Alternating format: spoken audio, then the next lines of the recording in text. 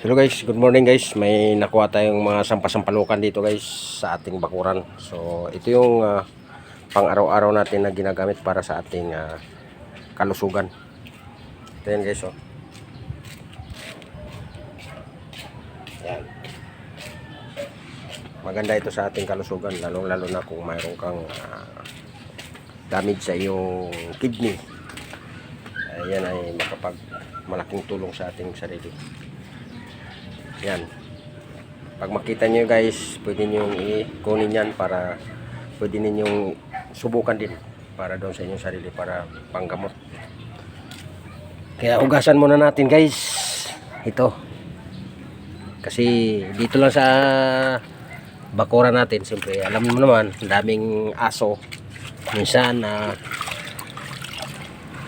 ano siya, naihian, kailangan talaga malinis siya. Pag mo isa lang 30 minutes mga 15 minutes lang pakuluan, tapos yun, inumin mo araw-araw yan. Pero 2 beses or 3 beses kung grabe ang inyong karamdaman. Pero ako 1 beses o 2 beses lang, umaga at hapon lang ang gagawin para maganda sa pagdaloy ng pag-ihi mo. Mabilis ang pag-ihi, maganda ang pagdaloy ng ihi ng iyong yung pantog. Maraming dalang sakit ang makukuha nito guys, kaya pwede mo itong i-maintain sa iyong sarili araw-araw. So pag nakita niyo ito guys sa inyong bakuran, pwede niyo kunin para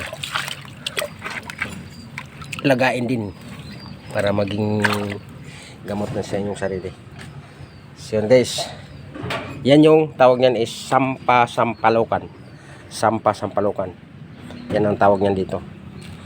Yan talaga ang tawag niya, sampasampalukan dito sa sa Katagalogan. So guys, hanggang dito na lang guys ang inyong lingkod, Hansi PM Vlog. Bye bye.